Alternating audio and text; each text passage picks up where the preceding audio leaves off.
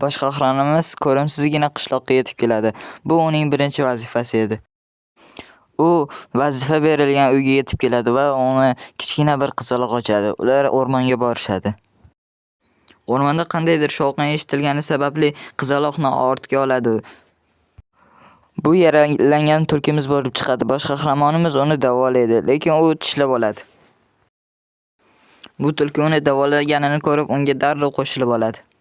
Bu paytda qizning onasiga o'rmondagi qandaydir maxluq haqida aytishayotgan edi. O'sha ondayoq qurbaqaga o'xshash ajdar sifat maxluq chiqadi. Maxluq hujum qilganda bosh qahramonimiz qizaloqni qutqarib qoladi. Keyin u qarshi hujumga o'tadi va bir zarba bilan maxluqni ikkiga bo'lib yuboradi.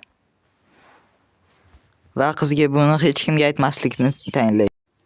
Ular to'ng'izni ovlab keladi. Qizning onasi unga rahmat aytadi, qizni sog'-salomat qaytargan. Askarlar undan so'raydilar, o'rmonda qandaydir g'alati maxluq paydo bo'libdi, uni ko'rmadingizmi deb. Bu paytda bir qancha askarlar o'sha bir maxluqni zo'rg'atdan yiqitishadi. 14 ta halok bo'lgan va 34 ta yaralangan insonlarni ko'rishadi. Shun bilan qahramonimiz tinchgina ovqatlanadi va ikkinchi qism tugaydi.